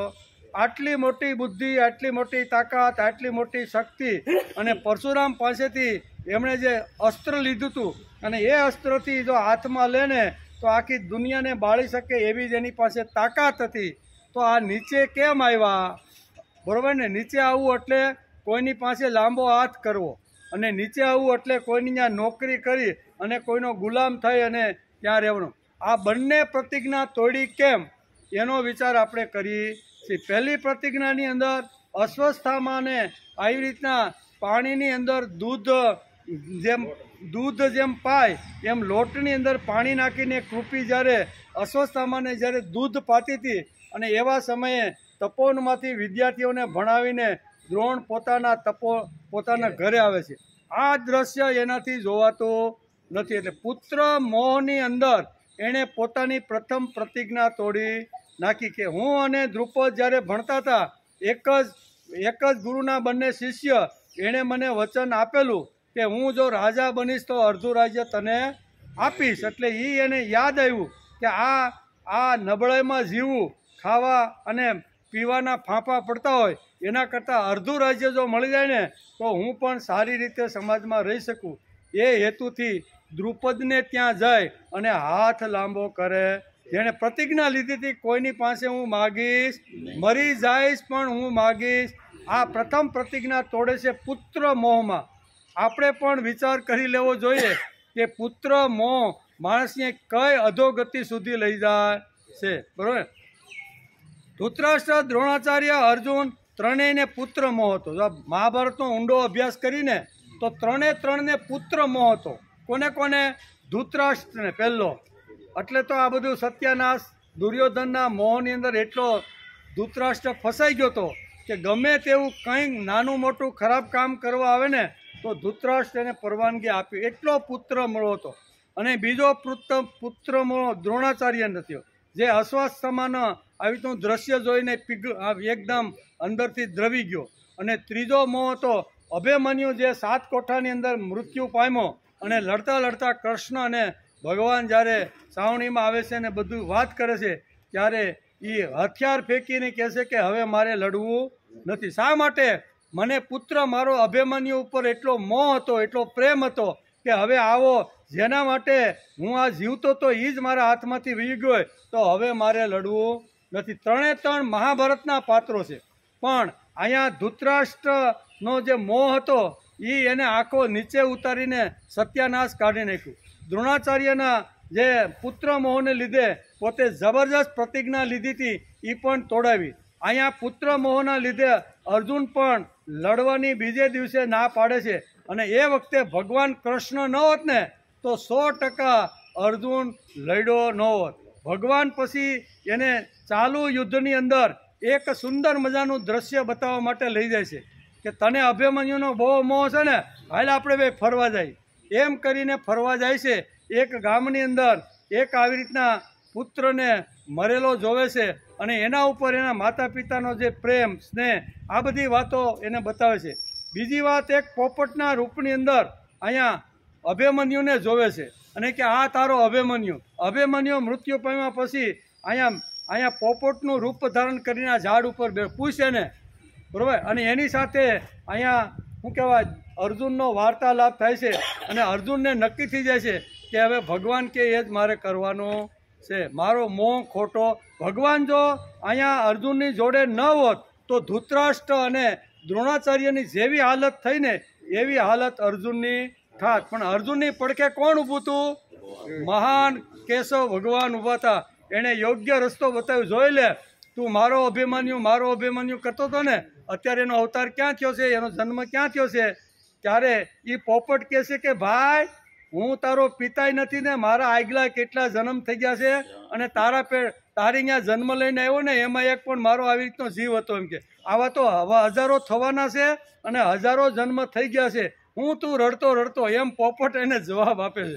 ત્યારે એનો પુત્ર મોહ ઉતરી જાય છે. અને પછી ગાંડી વાતમાં એ કહેવાનો અર્થ કે આવી રીતના મહાભારતના 3 જે પાત્રો છે ને, એ ત્રણે પુત્ર મોહ તો હતો જ, બરાબર. અને પુત્ર મોહના હિસાબે કેટલા નીચે આવી ગયા છે ને, એ ધૃતરાષ્ટ્ર અને દ્રોણાચાર્યનું મહાભારતની અંદર વ્યાસે વર્ણન કર્યું છે. અર્જુન નીચેનું આવ્યું કારણ એની જોડે ભગવાન હતા. ભગવાન જેની જોડે હોય ને, અને ભગવાનને સાથે રાખીને જે કામ કરતો હોય ને, એને ભગવાન કોઈ દી નીચે ઉતરવા દે ને, રસ્તા ઉપર લાવવાનો પ્રયત્ન કરે છે. તેથી અહીં કહે છે કે ધૃતરાષ્ટ્ર, દ્રોણાચાર્ય, અર્જુન ત્રણને પુત્ર મોહ હતો. અભિમન્યુના મૃત્યુ પછી અર્જુનને પુત્ર મોહના લીધે લડવું ન હતું, પણ ભગવાન શ્રી કૃષ્ણ હતા, તેથી મોહમાંથી બહાર નીકળી ગયો. નકર મોહમાંથી બહાર નીકળત, આ તો ભગવાન એની જોડે હતા એટલે એને મોહમાંથી બહાર કાઢ્યો. નબળાઈમાંથી બહાર નીકળવા માટે દ્રોણાચાર્ય 3 પ્રયત્નો કરેલા છે. કેટલા? મારે ત્યાં નબળાઈ છે, મારી પત્ની જે કૃપી છે ને, એને આવી રીતનું અસ્વસ્થતામાં ને નકલી દૂધ પાવું પડે છે, એમાંથી મારે જો બહાર નીકળવાનું હોય ને, તો એને 3 પ્રયત્ન કરી જોયા છે. એ પ્રયત્ન આપણે મહાભારતની અંદર વાંચવા, ખોટો આપણે આરોપ લગાડવાનું કોઈ, આવા મહાન ચરિત્ર ઉપર આરોપ લગાવવાનું કોઈ કારણ. 3 પ્રયત્ન કર્યા પછી એ આવું કે પહેલો પ્રયત્ન એણે દ્રુપદ રાજાને ત્યાં જઈ અને તે આપેલું વચન પૂરું કરીને અડધું રાજા એ પ્રયત્નમાં ફેલ ગયા, બરાબર. બીજો પ્રયત્ન હતો કે હવે શું કરવાનું, એટલે પોતાના જે શાળા કહેવાય ને, કૃપાચાર્ય પોતાના શાળા હતા, એના શાળાએ કીધું કાંઈ વાંધો નહીં, તારે ત્યાં ખાવા પીવાની અગવડ હોય, દ્રોણાચાર્યને દૂધની તકલીફ પડતી હોય તો અમારી જોડે આવી જા. એટલે દ્રોણાચાર્ય એની પાસે પણ ગયા છે, પણ એની પાસે ગયા પછી પણ એને જે કાંઈ જરૂરિયાત હતી એ પૂર્ણ થયું નથી. બીજા એણે પરશુરામ પાસે જઈને એણે કીધું છે કે મને તમે એટલું ધન આપો, એટલું બધું બળ આપો કે હું પણ સારી રીતે જીવી શકું. ત્યારે પરશુરામ કહે છે કે મેં તો બધું જ આપી દીધેલું છે, મારી પાસે હવે કાંઈ તને આપવા જેવું નથી. મારી પાસે એક શસ્ત્ર વિદ્યા શીખવાડવાની છે, એ હું તને શીખવાડી શકું. કાંઈ શસ્ત્ર વિદ્યાથી કાંઈ દૂધ ઉત્પન્ન થાય નહીં. પોતાના દીકરાને કાંઈ વિદ્યા, આવી શસ્ત્ર વિદ્યા લઈને આવે પણ દૂધ મળે એમાંથી. તેથી એ પ્રયત્નમાંથી ફેલ ગયા છે. અને એ જ જે અસ્ત્ર એમના જે ગુરુએ આપ્યું ને, એ જ આખા અગ્નિ જેવું અસ્ત્ર હતું ને આખી દુનિયાને બાળી નાખે ને એવી તાકાત દ્રોણાચાર્યના અસ્ત્રમાં હતી. ત્રીજો પ્રયત્ન તેમના શાળા કૃપાચાર્ય પાસે જઈને કહે છે, અને પછી ફરતા એ આવે છે. પાંડવો અહીંયા નાના એવા દડે રમે છે, અને દડો કૂવામાં જાય છે. કૂવામાંથી પાંડવો પ્રયત્ન કરે છે પણ દડો બહાર આવતો નથી. દ્રોણાચાર્ય આ દ્રશ્ય જોવે છે, એની પાસે વિદ્યા તો હતી જ. એ વિદ્યાના જોરે બાળકોને કહે છે શું છે, તો કે અમારો દડો રમતા રમતા કૂવામાં પડી. કાંઈ વાંધો નહીં એમ કરી અને એક દોરા પછી બીજો દોરા પછી આમ હાંધી અને એ દડાને બહાર કાઢે. આવી એની પાસે કલા હતી, આવી એની પાસે વિદ્યા હતી. આ બધી વાતો બાળકો જઈને અહીંયા પિતામહ ભીષ્મને કહેશે કે એક મહારાજને અમે આજ બહુ હારા જોયા છે, એની પાસે એટલી સરસ મજાની વિદ્યા છે ને કે અમારા દડાને પણ આવી રીતનો બહાર કાઢી. અહીંયા પિતામહ ભીષ્મ કહેશે કે આપણી હસ્તિનાપુરમાં એવી કોઈ મોટી મહાન શાળા નથી કે આપણા 105 બાળકોને ભણાવી શકે. એના ધ્યાનમાં આ મહારાજ કોણ છે એ જાણવાની ઈચ્છા થઈ તો દ્રોણાચાર્ય હતા, અને એને અહીંયા નોકર તરીકે રાખ્યા, શિક્ષક તરીકે રાખી અને 3 પ્રયત્નો કરેલા છે. અને 3 પ્રયત્ન કર્યા પછી આવી રીતની સ્થિતિ છે. ત્રીજો પ્રયત્ન હસ્તિનાપુરના આચાર્ય તરીકે ભીષ્મ તેમનો સ્વીકાર કરે છે. વેદ, ઉપનિષદ, ષડશાસ્ત્રોને ભણી શકતા હોઈએ તો ઓછા નામે ઓછું ગીતાનો પણ વિચાર કરી લેવો. આ શાસ્ત્રો કદાચ ભણવામાં અઘરા પડતા હોય આપણે બધાને, બરાબર. કયા વેદ આપણે ભણી શકતા નથી. વેદ ભણવા માટે યજ્ઞોપવિત ધારણ કરવી ખૂબ જ જરૂરી છે. તેથી આપણે યજ્ઞને તો શું કહેવાય, યજ્ઞોપવિત તો ધારણ જનોય તો કરતા નથી. એટલે ઘણીવાર મહાપુરુષો, પૂજ્ય પાંડુરંગ શાસ્ત્રી જેવા મહાપુરુષ કહે છે કે કદાચ તમે વેદ વાંચી ન શકો, ઉપનિષદનો તમે અભ્યાસ કરી ન શકો, તો ગીતા એક એવું શાસ્ત્ર છે ને કે નાનામાં નાનો માણસ પણ કોઈ પણ પ્રકારની આવી રીતનું વ્રત અથવા આવી રીતની પ્રતિજ્ઞા લીધા વગર અથવા જનોય ધારણ કર્યા વગર એનો અભ્યાસ કરી શકે છે. તેથી આપણે આ શ્રીમદ ભગવદ્ જેવું મહાન શાસ્ત્રનો અભ્યાસ કરવાનો પ્રયત્ન કર્યો છે. વેદ ઉપનિષદ સત્શાસ્ત્રો ન ભણી શકતા હોઈએ તો ઓછામાં ઓછું ગીતાના વિચારોનું શ્લોકોનું સ્તનપાન માણસે કરવું જોઈએ. તેથી આપણે રોજ અહીં શ્રીમદ ભગવદ્ ગીતાના શ્લોકોનું સ્તનપાન કરીએ છીએ. એ એટલી મોટી શ્લોકોમાંથી શક્તિ, એટલા મોટા તરંગો ઊભા થાય છે ને કે આપણા મુખમાંથી જે ભગવાન કૃષ્ણના મુખારવિંદમાંથી બોલેલી જે ગીતા છે ને એના તરંગો આખા આકાશની અંદર ઘૂમતા રહેલા છે. અને એ તરંગોની અસર 100% સમાજમાં થાય. આ બધી જ વાતો તેથી રોજ આપણે આવી રીતના પારાયણ કરવાનો પ્રયત્ન કરીએ છીએ. ભીષ્મ પિતામહ દ્રોણાચાર્યને શ્રેષ્ઠ આચાર્ય તરીકે નિમણૂક કરે છે. બધી જ પ્રકારની સુખ સગવડતા આપે, મોટો રહેવા માટે મોટો બંગલો આપે, ખાવા પીવા માટે સુંદર મજાની વ્યવસ્થા, ફરવા માટે મોટો રથ પણ આપી દીધો. એ કાળમાં રથ, આજની ભાષામાં કેવું હોય તો મોટી મોટર એમ, બરાબર. તો આ બધી ફૂલ સગવડતા હસ્તિનાપુર તરફથી પિતામહ ભીષ્મે કીધું કે આવો જો વિદ્યાવાન, જેની પાસે શસ્ત્ર અને શાસ્ત્ર બંને પ્રકારની વિદ્યા છે ને, એ બંને વિદ્યા 105 છોકરામાં આપણી આવવી જોઈએ. તેથી એને શું કહેવાય, ગુરુકુળના આવી રીતના દીન બનાવી દીધા, આચાર્ય બનાવી દીધા. કોઈ પણ શક્તિને પૂર્ણ જાણ્યા વગર મત ન આપવો જોઈએ. આજે સમાજ દ્રોણાચાર્ય ઉપર આરોપ કરે છે કે તેમણે એકલવ્યને ભણાવ્યો નહીં, બરાબર ને. ઘણા લોકો આરોપ કરે, એનો વિચાર આપણે આગળ પણ કર્યો હતો. દ્રોણાચાર્ય સંકુચિત દ્રષ્ટિના ન હતા, કારણ કે તેમણે તેમના દુશ્મનના પુત્ર ધૃષ્ટદ્યુમ્નને પણ સંપૂર્ણ વિદ્યા આપી દીધી છે. એને ખબર હતી કે મારા દુશ્મનનો, મારા વેરીનો છોકરો મારે ત્યાં વિદ્યાર્થી થઈને ભણવા માટે આવ્યો છે, પણ એને આંતરડું તોડીને જેટલી આપવા જેવી હતી ને એ બધી જ વિદ્યા ધૃષ્ટદ્યુમ્નને આપી. એટલે આવી રીતના હતા નહીં, પણ ઘણીવાર સમાજમાં ઘણા લોકો કહે છે કે દ્રોણાચાર્યએ ખૂબ મોટી ભૂલો કરી છે. હવે હોય કોલસાનો વેપારી કાં રેતીનો વેપારી હોય અને વાલ્મીકી અને વેદવ્યાસની ભૂલો કાઢે, એણે આટલી ભૂલો કરી છે. ભાઈ હવે તું વેપાર કરીને ભાઈ છાનમનો, રેતીનો, કોલસાનો અધિકાર એ કોણ કાઢી શકે? જેણે સંપૂર્ણ વેદોનો અભ્યાસ કર્યો હોય અને એની નજરમાં કોઈ આવી રીતની વાત આવી હોય ને એ કરે. હવે કોલસા વેચતો અબજોપતિ થઈ ગયો હોય અને પછી અહીં કે વાલ્મીકીને આ ભૂલ છે, વાલ્મીકી આ જો ભૂલ ન કરી હોત ને, અરે ભાઈ કોલસા સામાન ભેંસવા મેંડની, સાનમનો આઈસ્ક્રીમ મેંડની ખાવા ઉનાળો છે તે, બરાબર ને. પણ આ લોકો આવી રીતની ઘણીવાર વાતો કરતા હોય છે.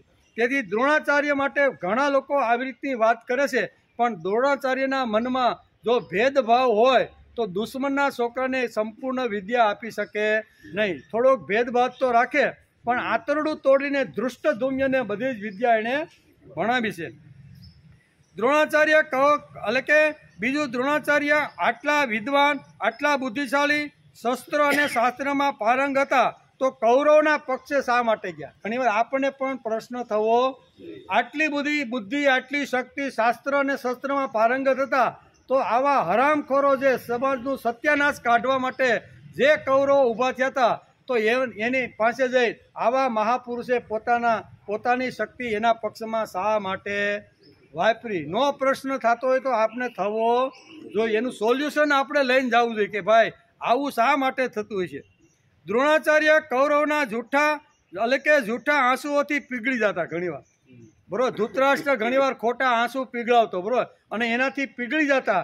એટલે દ્રોણાચાર્ય આ જૂઠા આંસુને બરોબર સમજી શક્યા નહોતા. તેથી એટલે કે પીગળી ગયા અને વચન આપે છે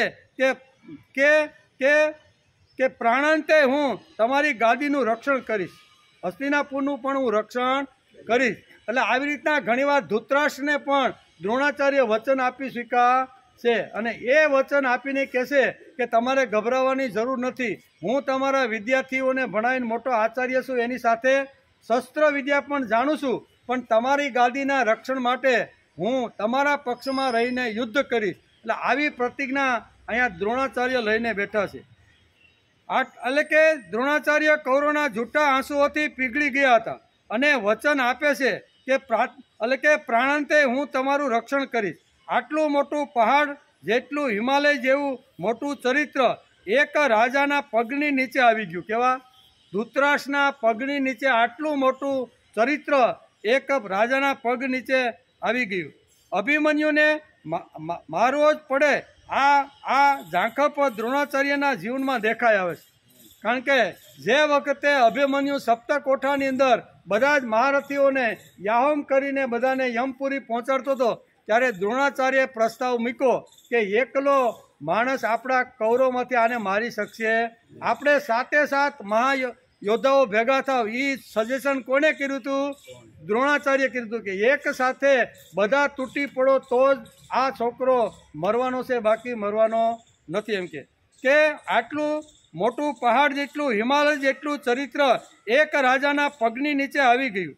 અભિમન્યુને મારવો જ પડે. આ ઝાંખપ દ્રોણાચાર્યના જીવનમાં દેખાઈ આવે. આ ઝાંખપ છે એનું નીચું એક સ્ટેજ નીચું ગયેલું છે કે આવો જે નાનો એવો બાળક છે એની ઉપર એકી સાથે 7 યોદ્ધાઓ તૂટી પડે. એ નિયમ જે હતો ને નિયમો તોડીને અહીંયા આ કામ. એટલે દ્રોણાચાર્યના જીવનની અંદર એક આ ઝાંખપ પણ આવે છે. દ્રુપદ રાજા સામે હાથ લગાડ્યો એ પણ એક ઝાંખપ આવે છે. પછી અહીંયા હસ્તિનાપુરના રાજા ધૃતરાષ્ટ્રના પગ નીચે આવી અને બધો વૈભવ સ્વીકારે છે. આ 3 ઝાંખપો દ્રોણાચાર્યના જીવનમાં જોવા મળે છે. નકર ભગવાનથી પણ ઉપર જાય ને એવું આ ચરિત્ર હતું એમ વેદવ્યાસ લખે છે. કે દ્રોણાચાર્ય નીચે શા માટે પડ્યા? કે એને આવી પરિસ્થિતિમાંથી પસાર થવું પડ્યું અને પસાર થતાં જ એકદમ હલકી નીચી આવી રીતના આવી અને આવા અભિમન્યા કુંબળા બાળકને મારવાનો આ આગ્રહ કરે છે. અસ્વસ્થતામાં હણાયો આવા સમાચારથી હથિયાર હેઠા મૂકી દેશે અને ધૃષ્ટદ્યુમ્ન દ્રોણને યમપુરી પહોંચાડી દેશે. આવું ચરિત્ર અહીંયા. તેથી અહીંયા ભાગવતકાર શું કહેવાય, ભગવદ્ ગીતાની અંદર જે પ્રથમ અધ્યાયના 8મા શ્લોકની અંદર અહીંયા પ્રથમ દ્રોણાચાર્યને યાદ કરે છે. શા માટે? એક તો દ્રોણાચાર્ય હલી જાય એવા લાગતા હતા કે આ બ્રાહ્મણનું કાંઈ નક્કી નહીં, અને કદાચ જો એ કૌરવ પાંડવ પક્ષમાં જાય તો યુદ્ધની બાજી જે જીતમાં છે એને બદલે હારમાં આવી જાય. તેથી આટલું વર્ણન અહીં કરે છે. અને બીજું જે મહાભારતનું જે મોટામાં મોટા જે 3 ચરિત્રોનું વર્ણન અહીંયા વેદવ્યાસે શ્રીમદ ભગવદ્ ગીતાના પ્રથમ અધ્યાયના 8મા શ્લોકમાં કર્યું છે.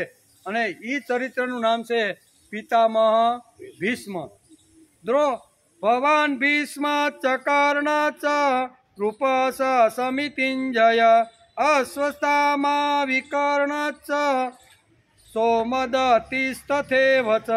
આ 3 મહાન શક્તિઓનું વર્ણન અત્યારે અહીંયા દુર્યોધન અહીંયા દ્રોણાચાર્ય પાસે કરે છે કે મારી પાસે આવી 3 શક્તિઓ પડેલી છે, પણ એ 3 શક્તિમાંથી પહેલી શક્તિ તો કામ આવી નહીં. ધૃષ્ટદ્યુમ્નના હાથે એ દ્રોણાચાર્યને યમપુરી પહોંચાડી દીધા. એ શક્તિ પણ કોઈ કામ લાગી નહીં. હવે બીજું વર્ણન કરે છે બીજી શક્તિ, અને એ છે પિતામહ ભીષ્મ.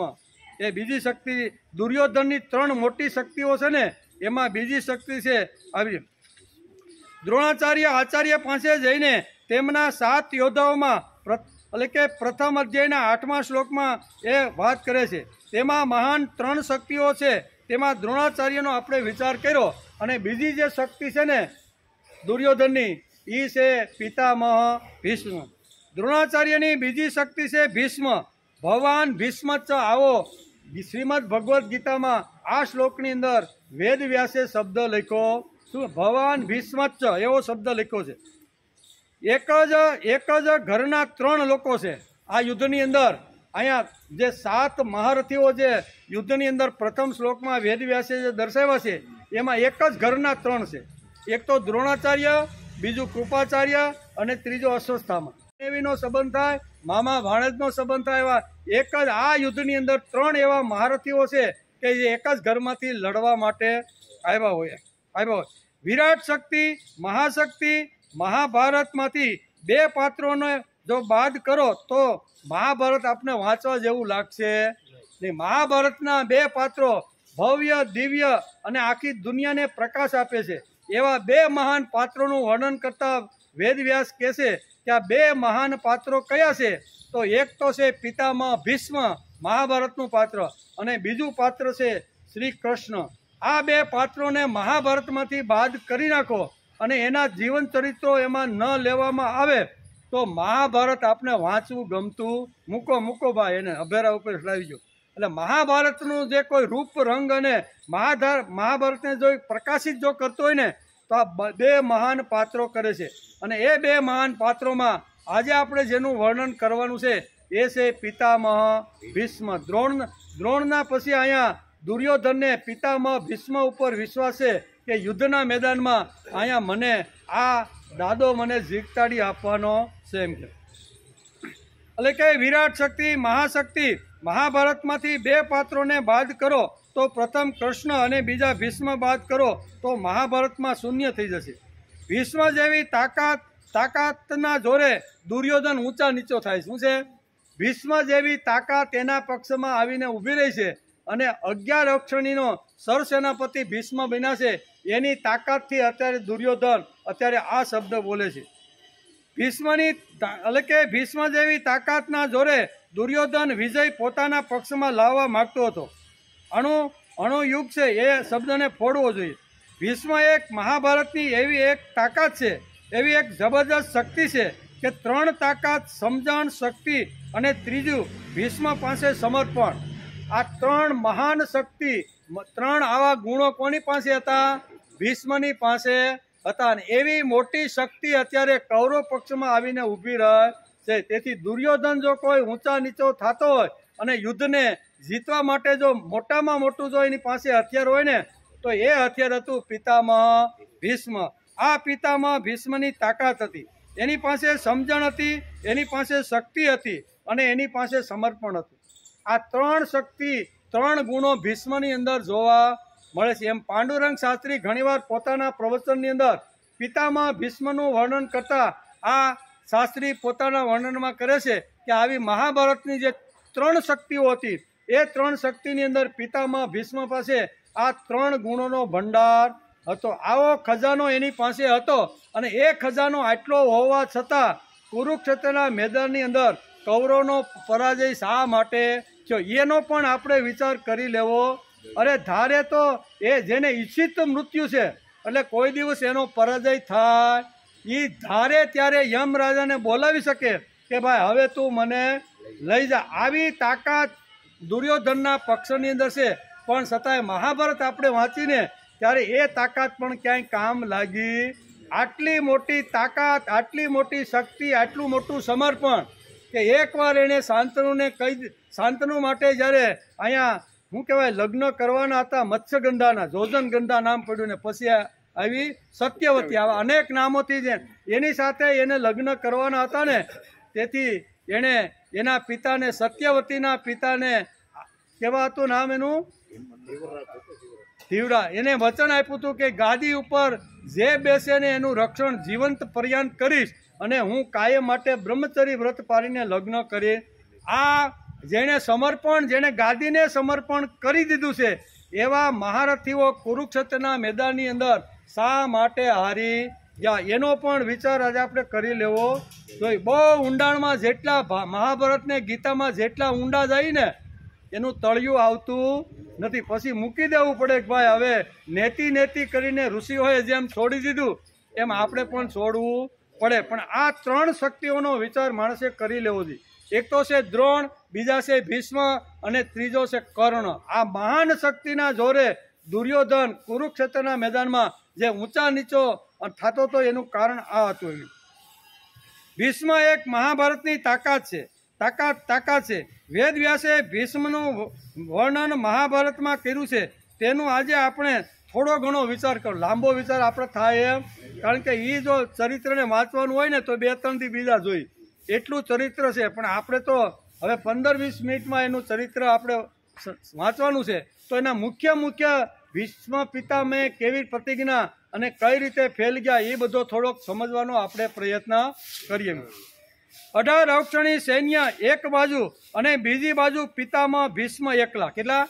18 અક્ષણી. પાંડવો અને કૌરવ ભેગા થાય અને એ યુદ્ધના મેદાનમાં આવે અને એની સામે પિતામહ ભીષ્મ એકલા ઉભા રહીએ તો 18 અક્ષણીને હરાવવાની તાકાત પિતામહ ભીષ્મની અંદર હતી. વિચાર કરો કેટલી તાકાત. વ્યાસ લખે છે, કોણ લખે છે? વ્યાસ લખે છે કે પિતામહ ભીષ્મની જે શક્તિ હતી, એનું જે બળ હતું, એનું જે તાકાત હતી ને, એ 18 અક્ષણી સૈન્યને ભેગું કરો અને એ બધા અહીંયા શું કહેવાય ભીષ્મની સામે લડવા આવે ને તો ભીષ્મ એકલો બધાને હરાવી દે. તો આટલી મહાન શક્તિ હોવા છતાં કૌરવ પક્ષનો પરાજય શા માટે થયો? આનો પણ આપણે વિચાર આજના દિવસે કરી લેવું જોઈએ. દુર્યોધનની બીજી શક્તિ હતી ભીષ્મ, તે આજે આપણે જોવાના છીએ. વિરાટ શક્તિ હતી, મહાન શક્તિ હતી અને તે એટલે ભીષ્મ. મહાભારતના 18 પર્વો છે, તેમાંનું એક પર્વ ભીષ્મ પર્વ છે. અભ્યાસ કરવા જેવું છે. ભીષ્મ પર્વ કોઈની ઘેરે હોય મહાભારત અથવા અલગથી પણ મળે છે. ભીષ્મ પર્વ નામનું નાનકડું એવું પુસ્તક છે, એ ભીષ્મ પર્વ, એની અંદર આ બધી વાતો લખેલી છે. એમાંથી આપણે લાવ્યા છીએ, કાંઈ આપણા મગજમાંથી ઉત્પન્ન થયું છે એવું નથી. એમાંથી જે કાંઈ વસ્તુ આપણે મેળવીને એ બધું લઈને આપણે અત્યારે પિતામહ ભીષ્મના ચરિત્રનું વર્ણન કરતા રહ્યા છીએ. મહાભારતને 5મો વેદ તરીકે પ્રતિષ્ઠા મળી છે. તેના બે જ કારણો છે.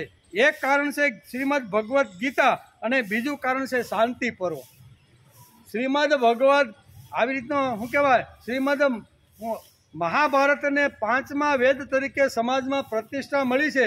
એના બે કારણો વ્યાસે લખ્યા છે. એક તો શાંતિ પર્વની અંદર આ શાંતિ મહાભારતમાં શાંતિ પર્વ આવ્યું એના લીધે, અને અહીંયા કહેશે ને કે ભગવાન કૃષ્ણના મુખારવિંદમાંથી આવી શ્રીમદ ભગવદ્ ગીતા નીકળી છે. એ બે જ કારણો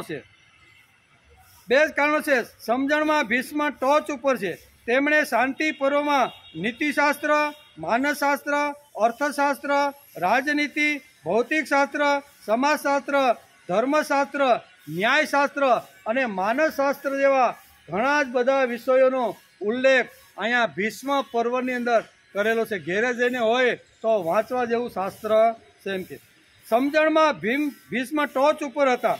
શ્રીમદ ભગવદ્ ગીતા કહીને તે શ્રી કૃષ્ણ અને શાંતિ પર્વ કહ્યું છે. તે ભીષ્મ આ બે મહાપુરુષોને લીધે 5મો વેદ ગણાય છે. એક તો ભગવાનના મુખારવિંદમાંથી નીકળેલી શ્રીમદ ભગવદ્ ગીતા, એને મહાભારતની અંદર વ્યાસે વણી લીધી છે, અને બીજું શાંતિ પર્વને મહાભારતમાં વણી લીધું છે. તેથી તેને 5મા વેદ તરીકે એમને પ્રતિષ્ઠા મળે છે. આટલો મહાન ગ્રંથ છે, 1 લાખ શ્લોક છે, 18 પર્વ છે, જેનો આપણી બુદ્ધિ પ્રમાણે આપણે ઘણા સમય સુધી 1008 દિવસ સુધી મહાભારતનો અભ્યાસ આપણે કરેલો હતો શરૂઆતમાં, બરોબર ને. ભીષ્મમાં શક્તિ પણ છે, સમજણ પણ છે અને સમર્પણ છે. 3 ગુણ કોની પાસે છે? ભીષ્મની. ભીષ્મમાં શક્તિ પણ છે, સમજણ પણ છે અને સમર્પણ છે. છતાં ભીષ્મનું નામ દુર્યોધને અગ્ર કેમ ન લીધું ભાઈ?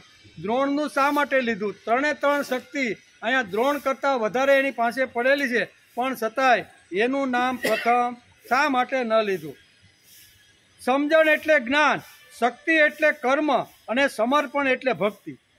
જો કેટલી તાકાત આ ભીષ્મની અંદર છે, એનું વર્ણન વેદવ્યાસ કરે છે. શું કહે છે કે ભીષ્મની અંદર જે સમજણ હતી, સમજણ એટલે જ્ઞાન, જ્ઞાનની ટોચ ઉપર. તેથી અહીંયા કુરુક્ષેત્રના મેદાનમાં જ્યારે જવાની તૈયારી થાય છે ત્યારે હસ્તિનાપુર નરેશને અહીંયા ભગવાન કૃષ્ણ અહીંયા બાણશૈયા ઉપર લાવીને કહે છે કે આ મહાત્મા હવે જવાની તૈયારી કરી રહ્યા છે. જ્ઞાનનો ભંડાર છે. શું છે?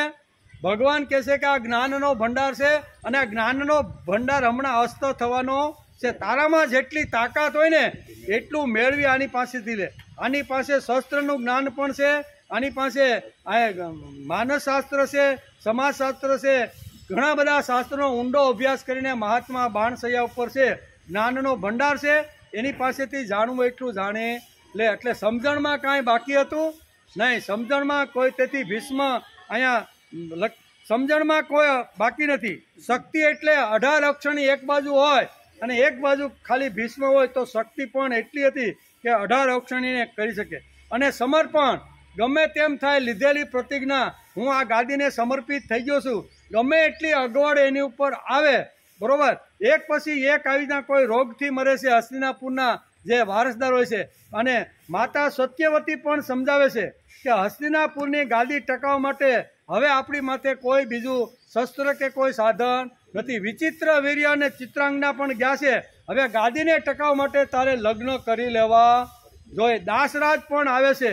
એના શું કહેવાય અહીંયા ભીષ્મના શું કહેવાય ભીષ્મની માના પિતા એમ સત્યવતીના પિતા એ આવી કે ભાઈ મેં જે વખતે પ્રતિજ્ઞા લીધી હતી અને લેવડાવી હતી એનો હું આજે ત્યાગ કરું છું. તું તારી તે જે પ્રતિજ્ઞા લીધી એ હું તને કહું છું કે તું છોડી દે. સત્યવતી માતા પણ એને સમજાવવાનો પ્રયત્ન કરે છે. પણ એકવાર સમર્પિત થઈ ગયા, મોત આવે તો મોત ગમે તે આવે, પણ પ્રતિજ્ઞા જેણે તોડી નથી એવી જેની સમર્પણની ભાવના છે એને કહેવાય ભક્તિ.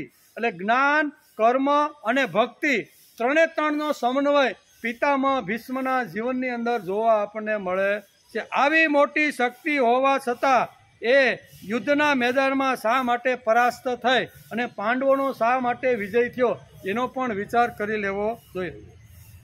માણસ કર્મ કરવો જોઈએ, સમર્પણ ભાવથી કર્મ કરવું જોઈએ, સમજીને કરવું જોઈએ. તેથી 1 થી 6 અધ્યાય કર્મયોગના છે, 7 થી 12 અધ્યાય ભક્તિ યોગના છે અને 13 થી 18 અધ્યાય એ અહીંયા જ્ઞાન યોગના છે. ગીતાની અંદર ટોટલી 18 અધ્યાય છે.